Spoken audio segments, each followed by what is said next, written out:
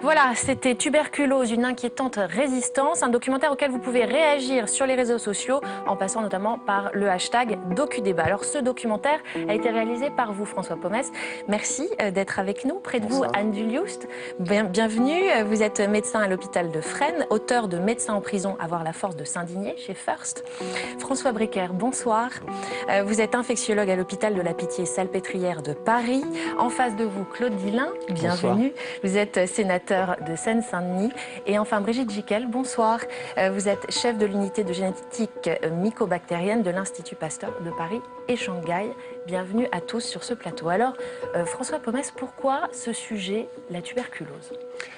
Pour plusieurs raisons. La première, c'est que j'avais noté, j'ai un carnet dans lequel je note les sujets que j'ai envie de traiter. Et depuis longtemps, j'avais envie de traiter de faire un sujet sur la tuberculose. Mais en réalité, c'est un sujet qui intéresse très peu les médias et très peu le grand public. Alors que la tuberculose est une maladie qui tue encore des milliers de personnes chaque jour, des milliers de personnes, et personne ne le sait. Et c'est ce que j'allais vous demander ensuite, c'est-à-dire que les chiffres sont effrayants et on en parle finalement très peu. Comment ça se fait ?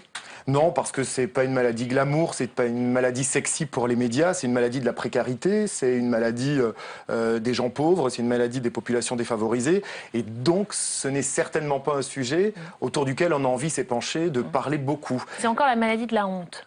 C'est peut-être la maladie de la honte, vous en parlerez certainement mieux que moi. Qu'est-ce que vous en pensez? Pourquoi on parle si peu de la tuberculose, vous qui êtes confronté à ce phénomène tous les jours? Je sais pas, je ferais peut-être quand même une petite un bémol sur cette évocation de la tuberculose. La tuberculose, elle a toujours existé, elle avait effectivement un petit peu régressé, puis elle est réapparue. Et comme vous l'avez dit, la précarité, la pauvreté, la situation économique qui s'aggrave dans le monde sont des facteurs qui ne peuvent que favoriser l'éclosion de tuberculose. Et puis il y a eu l'infection à VIH, le sida, qui a aussi beaucoup facilité le nombre de tuberculoses et puis l'extension de ces tuberculoses. Ce qui fait que, effectivement, on n'en parle peut-être pas de façon très médiatisée, je suis d'accord avec vous, mais il faut quand même souligner que c'est une des 3 priorités en maladies infectieuses de l'Organisation mondiale de la santé.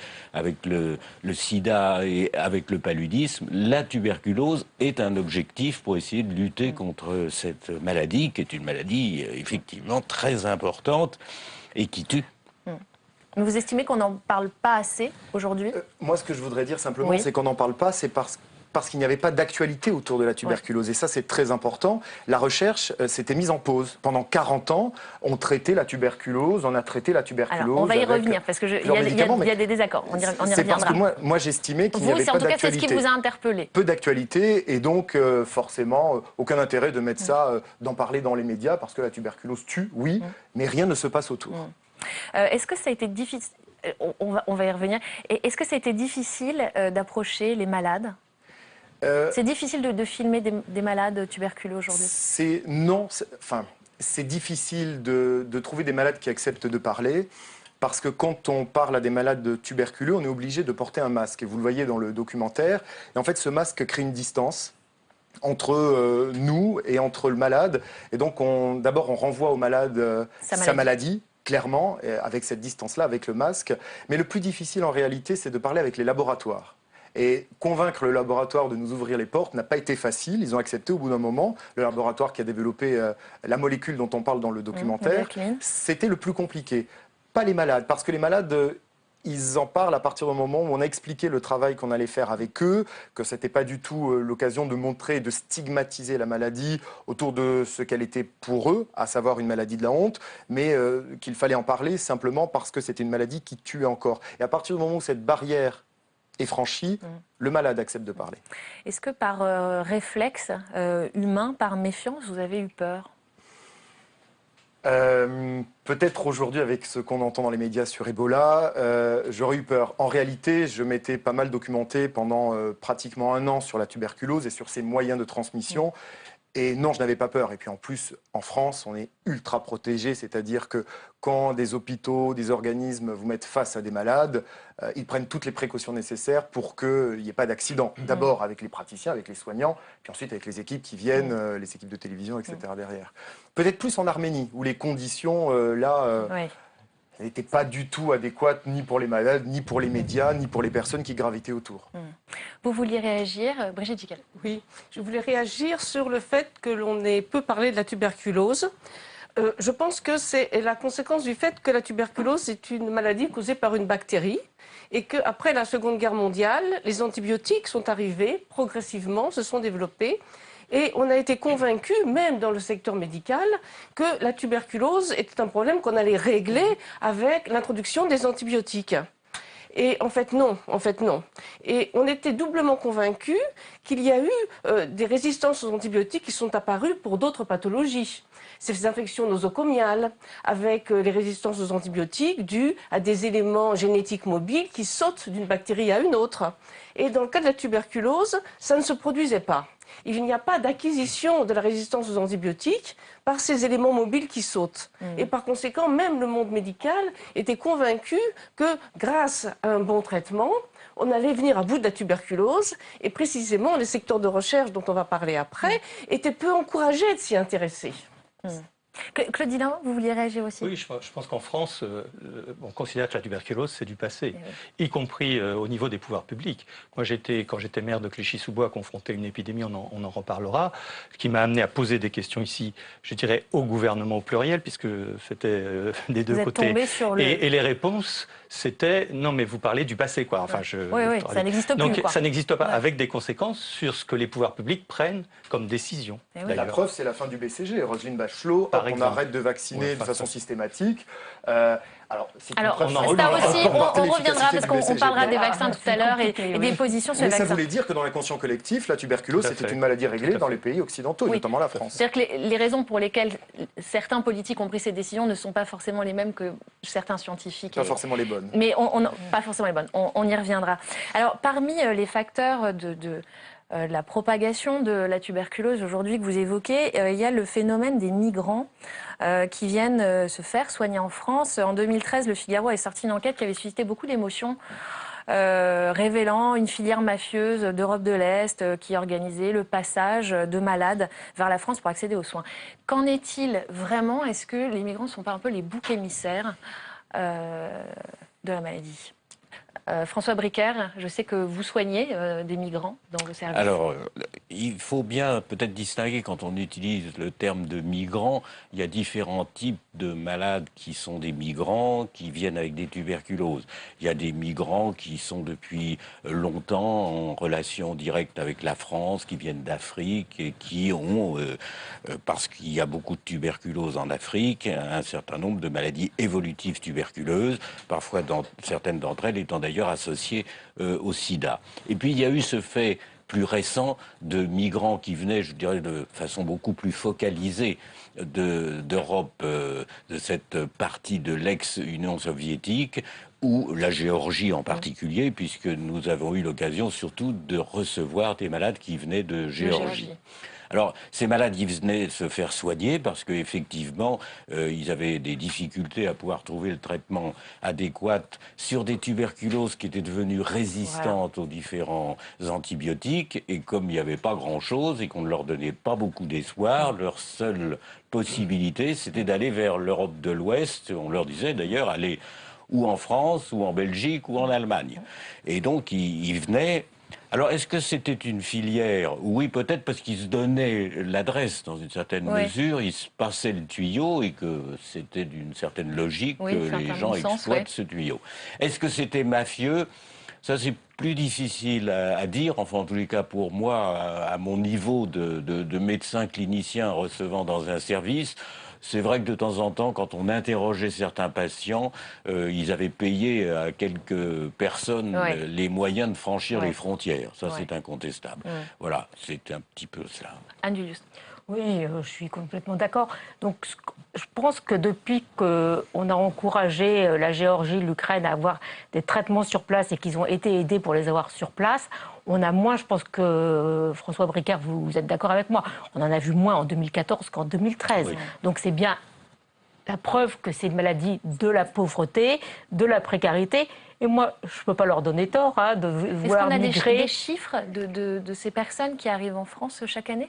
En valeur absolue, c'est assez faible. Oui, C'est ouais. en progression, Oui, c'est c'est passé, vraiment je crois, un de épiphénomène. 50 Oui, à 100 ouais. en 2013. Peut-être qu'en 2014, on verra les chiffres, mais Il y ça avait doit être 100 autour de 100. tuberculoses multirésistante en 2013, oui. En 2014, Oui, je pense que ça va un peu plutôt plus. baisser, on a Ça va l'impression. plutôt Hein, parce que les grands services en ont moins, donc on peut se dire que... Oui, et puis je pense que l'État géorgien qui a pris parfaitement conscience du phénomène, qui se pose des questions du pourquoi c'est venu en France en particulier, a pris aussi des mesures. L'ambassade de Géorgie en France est beaucoup intéressée au problème et a pris un certain nombre de mesures pour essayer de réduire et de faire en sorte que les malades soient traités sur place en Géorgie. La Géorgie est un pays parfaitement développé en matière de santé.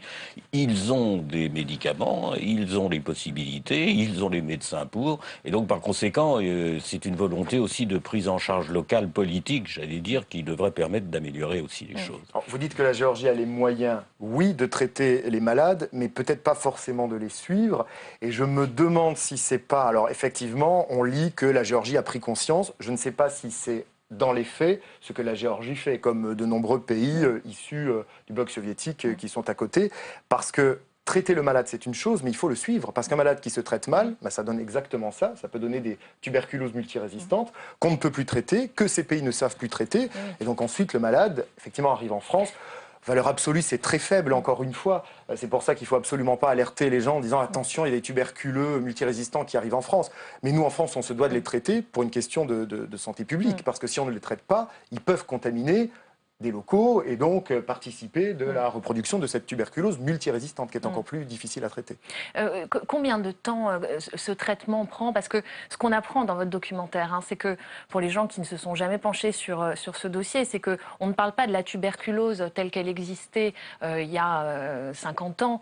On parle d'une tuberculose qui a muté sous des formes extrêmement résistantes. Ces malades qui viennent vous voir, en gros, s'ils ne venaient pas en France, ils seraient déjà morts, quoi. Certains d'entre eux, en tous les cas, seraient incontestablement morts.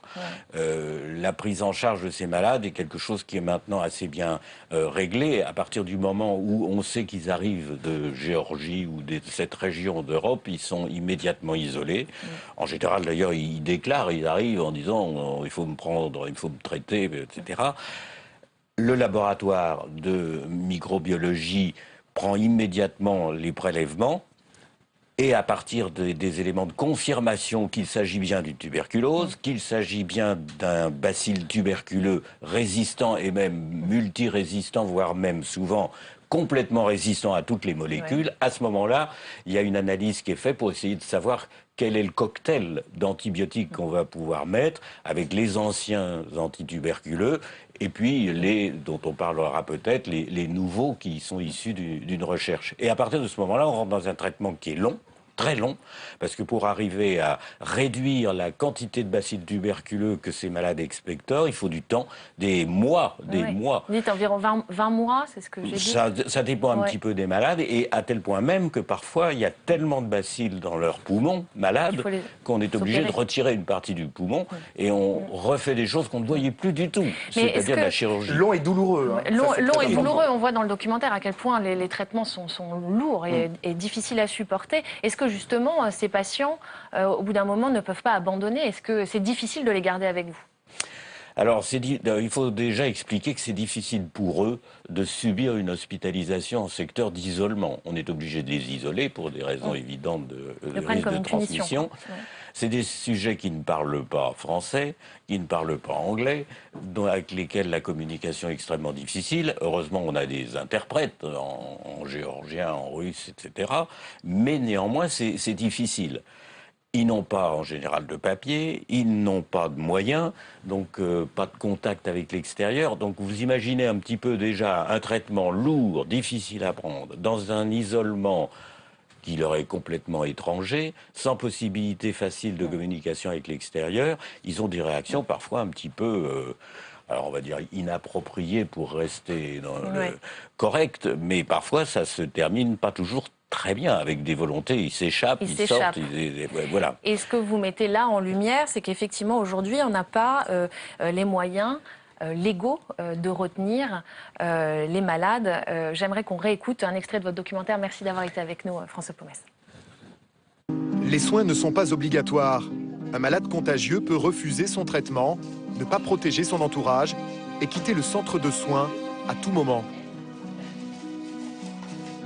Quand un patient a décidé qu'il voulait sortir alors qu'il était contagieux, on n'a pas de moyens légaux de l'empêcher de sortir de l'hôpital.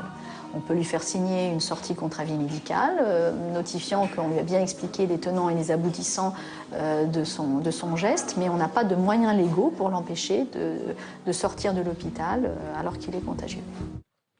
Alors, question, est-ce qu'on doit mettre en place une obligation de soins pour les patients contagieux? Adulte. C'est une question extrêmement difficile que vous me posez là. J'y ai beaucoup réfléchi. Alors, en prison, on a la facilité, on a les as sous la main. Donc, il y a certaines personnes qui ont même imaginé que les mettre tous en prison, ça serait la solution. Puisque... Non, mais c'est difficile. Je pense que même... Peut-être certains ont fait des bêtises juste pour être en prison, mais pour être soignés. Alors on va revenir sur la prison. Pour moi, non, on ne peut pas mettre... Je veux dire, c'est contraire à tout ce qu'on a pu faire. Il faut y mettre la conviction, y mettre les moyens, aller et revoir la personne, mais il ne faut pas les obliger. De toute façon, on se heurtera, on ne peut pas les garder 18 mois hospitalisés contre leur volonté. Donc il faut y mettre la conviction. Moi, j'ai réappris le russe. J'avais appris le russe quand j'étais jeune. J'ai réappris le russe. Donc je me suis donné les moyens de pouvoir communiquer avec eux. Non, pour moi, personnellement, j'y ai beaucoup réfléchi. On ne peut pas, moi, je ne peux pas faire ça. Claude Dillin, l'avis d'un politique. Je pense que effectivement, en plus, les cas sont quand même très limités. Alors, effectivement, c'est très dommageable. Hein. C'est un vrai débat, une vraie question. Mais attention, si on commence à faire ça, ça va créer une jurisprudence. C'est-à-dire qu'on ne sait pas où on va s'arrêter. Parce qu'après, il va y avoir, oui, mais dans tel cas aussi, il faut faire une obligation de soins, etc. Donc là, on va quand même rentrer dans un droit qui sera complètement différent.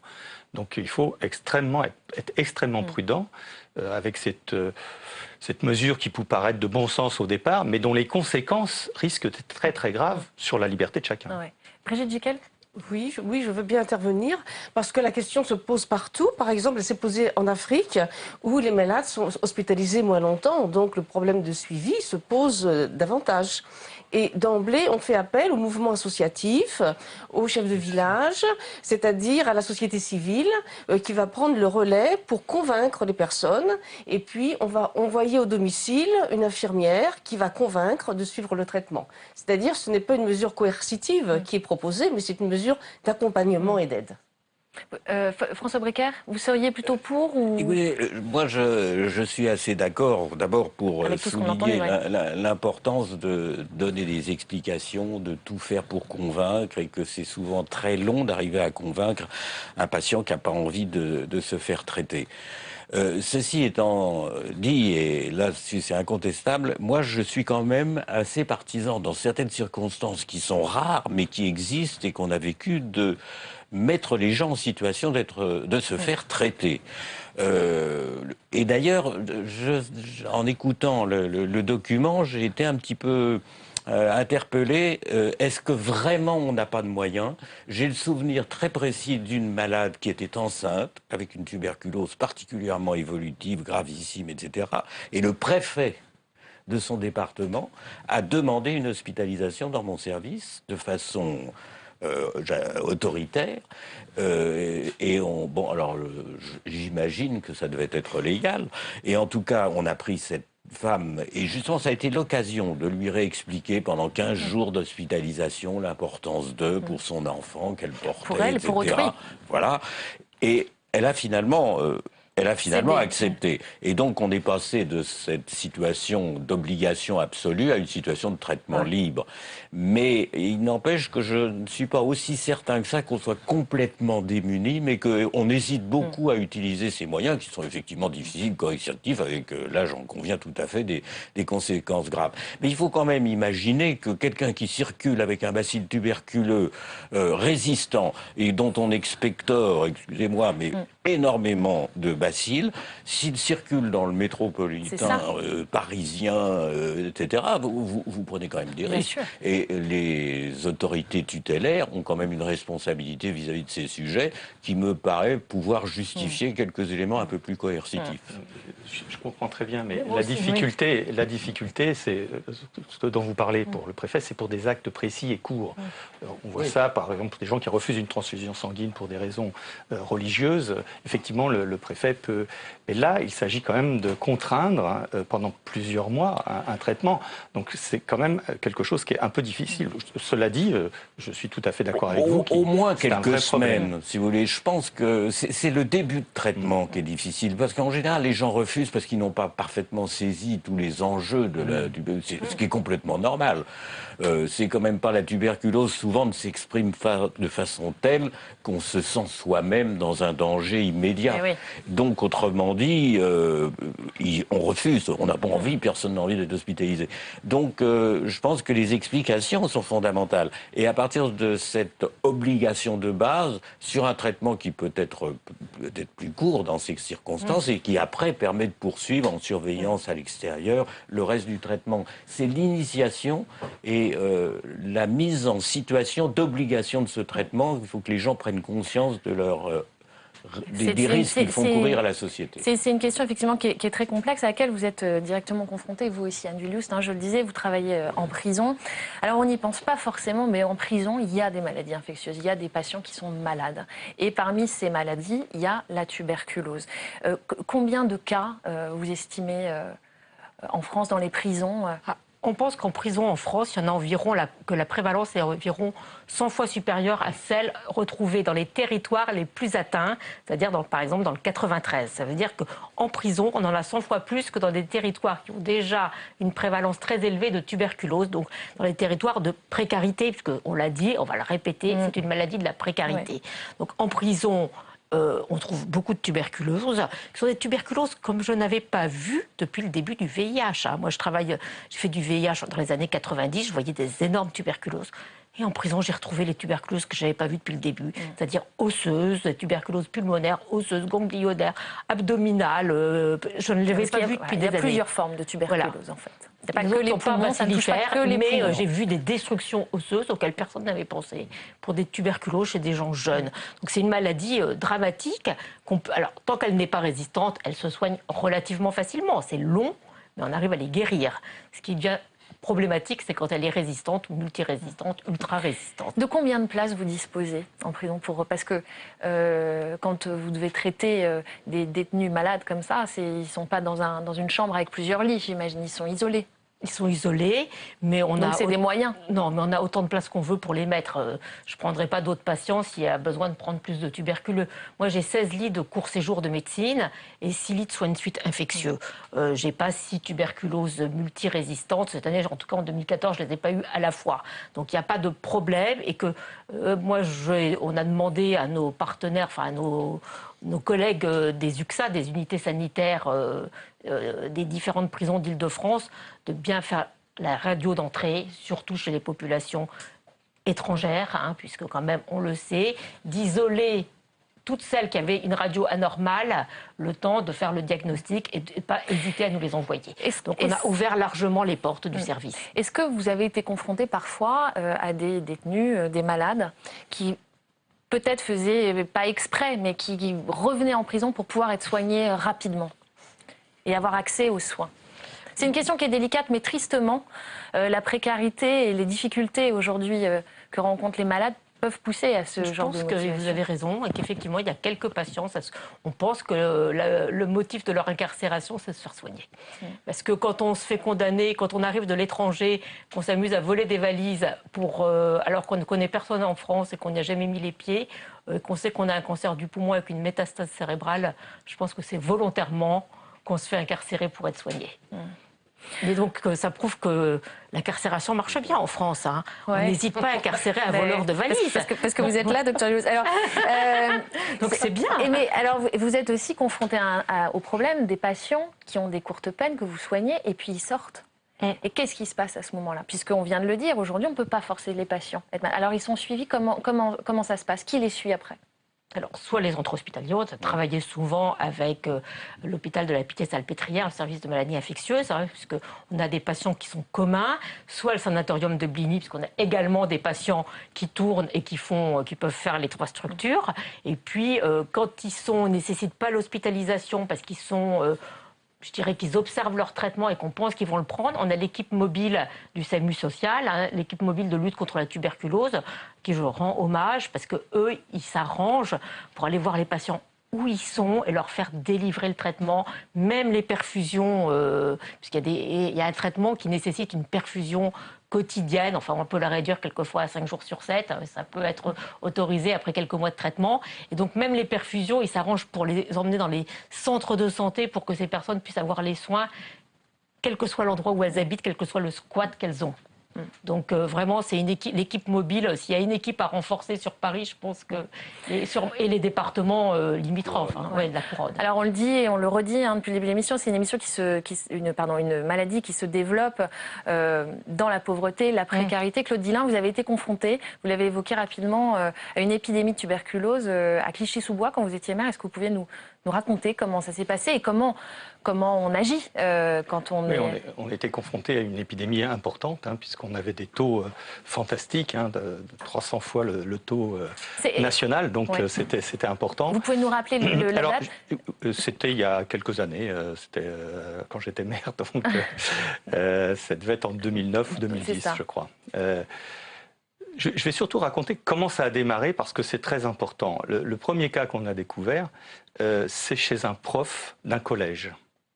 Et je voudrais dire, et redire parce que je le dis souvent, que je trouve absolument scandaleux que les professeurs, les enseignants, qu'ils soient professeurs ou maîtres des écoles, etc., n'aient pas de médecine du travail. C'est-à-dire qu'un professeur, à part sa visite d'admission, après, il passe, c'est complètement illégal d'ailleurs, il passe sa carrière sans voir un seul médecin du travail.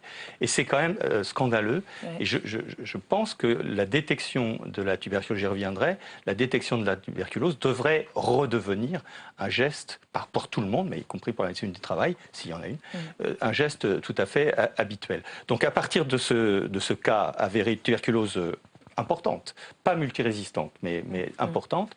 On a remonté les choses. On a la chance aussi, la deuxième chance sur laquelle je voudrais insister, c'est qu'on a en Seine-Saint-Denis un réseau de protection maternelle et infantile qui est extrêmement important, très dense et avec des gens très efficaces.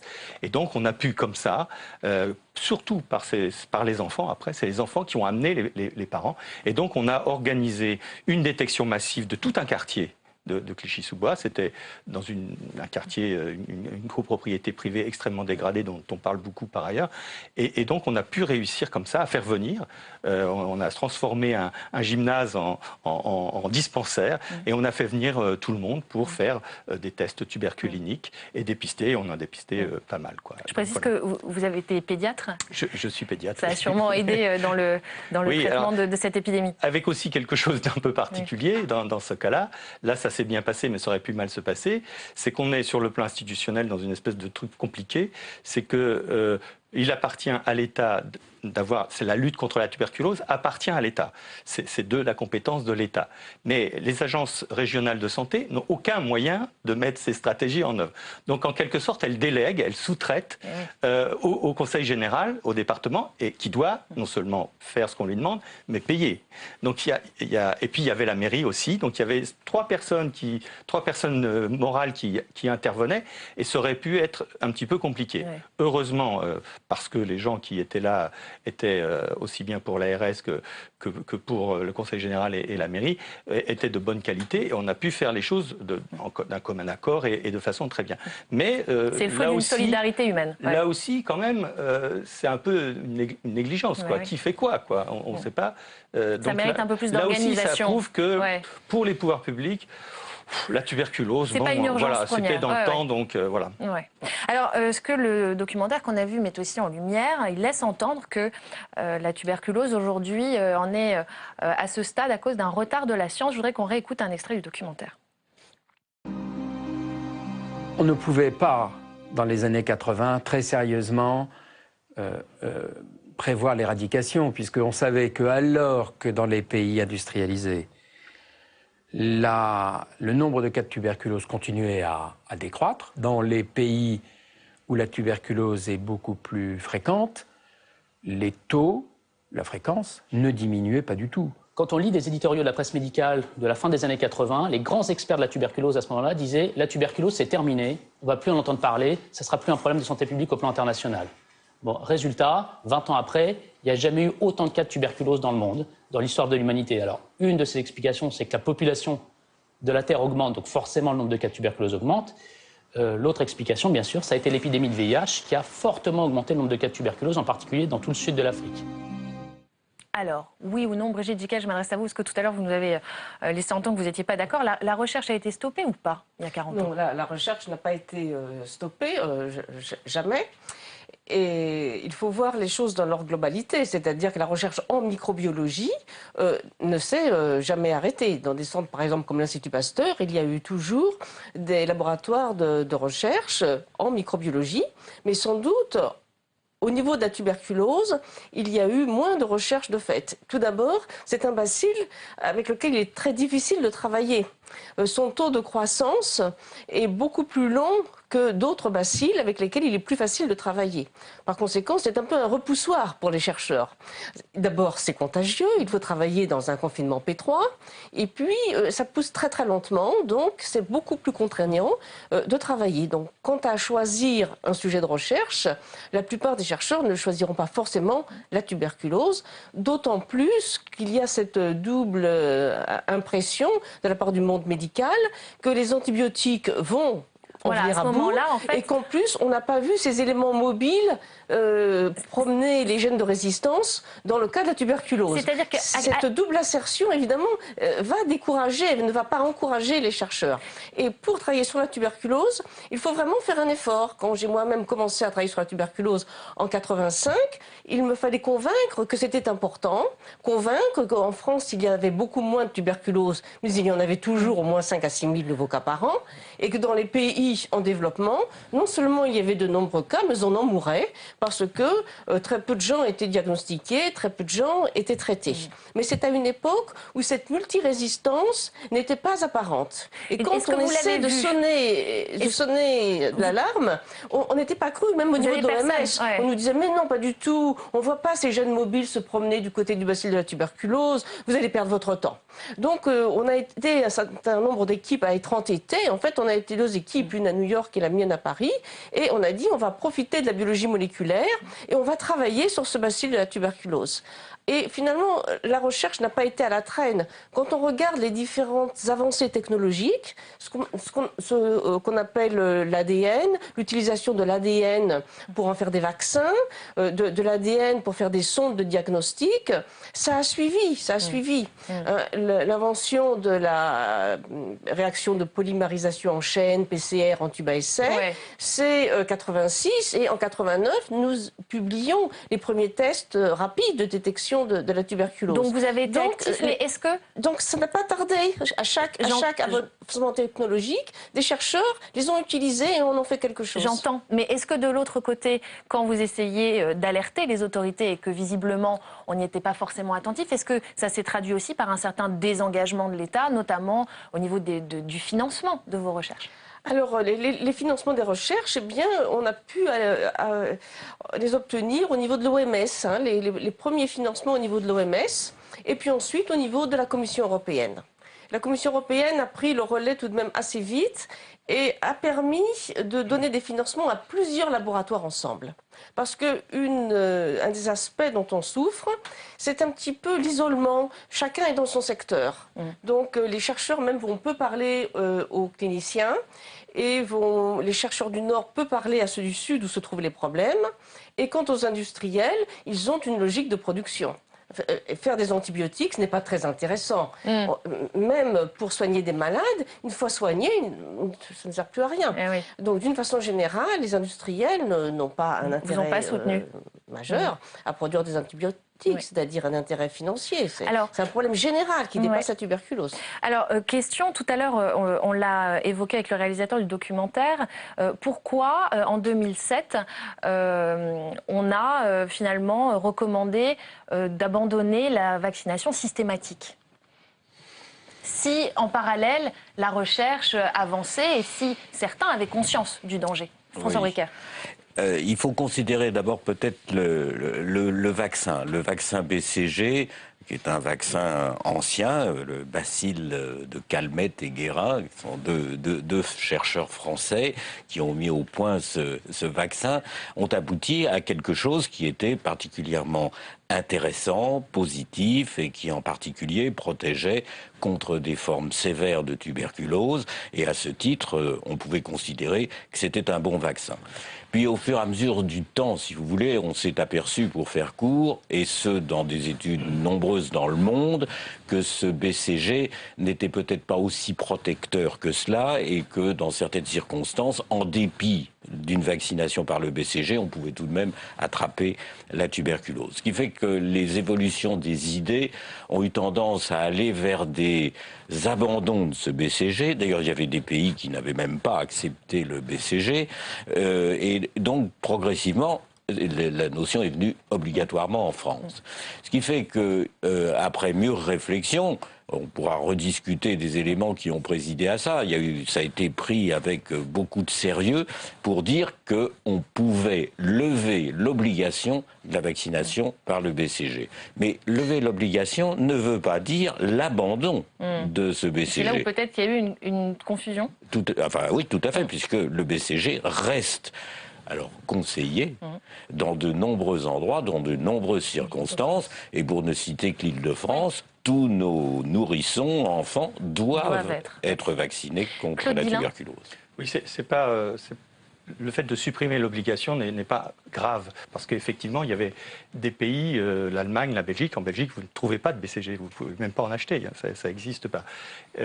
Donc, moi, je suis beaucoup plus net, je considère que le BCG est actuellement un mauvais vaccin, je suis désolé, est un mauvais vaccin, et surtout, c'est le coup de la ligne Maginot, c'est-à-dire que parce qu'on a le BCG, il n'y a plus besoin de faire autre chose, on est protégé. Oui, si je vous vaccine contre le tétanos, oui, vous serez protégé à 100%, il n'y a pas de doute si vous faites les rappels.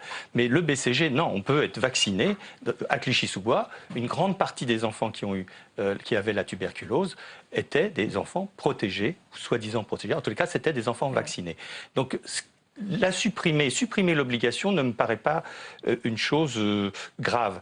Mais en contrepartie, il fallait, comme c'était fait en Allemagne, il fallait mettre en place une stratégie de dépistage et de prévention qui d'ailleurs était dans les textes. Je crois que dans le plan tuberculose, ça existait, mais ça n'a jamais été mis en place. C'est-à-dire qu'il faut revenir, me semble-t-il, mais je parle sous votre contrôle, à des tests tuberculiniques. C'est quand même pas quelque chose de difficile à faire.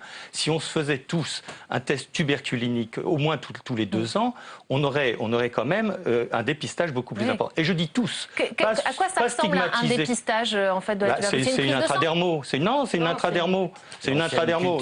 Ça fait pas plus mal qu'une piqûre de moustique. Et encore. Mais pourquoi c'est pas mis en place, ça? Mais parce qu'on a justement perdu. Moi, je fais partie d'une génération qui a vendu des timbres pour la tuberculose qu'on voit tout à l'heure. Et on a perdu tout à fait ça. Moi, dans mon cabinet médical, quand les mamans me disent « Moi, je veux protéger mon enfant contre la tuberculose », je dis « Vous avez tout à fait raison. D'ailleurs, on fait le BCG. Je fais le BCG quand même. Mais je dis « Si vous voulez vraiment protéger votre enfant contre la tuberculose, dites-moi quand est votre dernier test tuberculinique à vous et à votre mari. » Jamais. Alors, allez-y, allez voir votre médecin généraliste qui vous fasse un test. Et alors justement, j'en profite en parlant de vaccination. On note une chute de 12% des ventes de vaccins, tout confondu.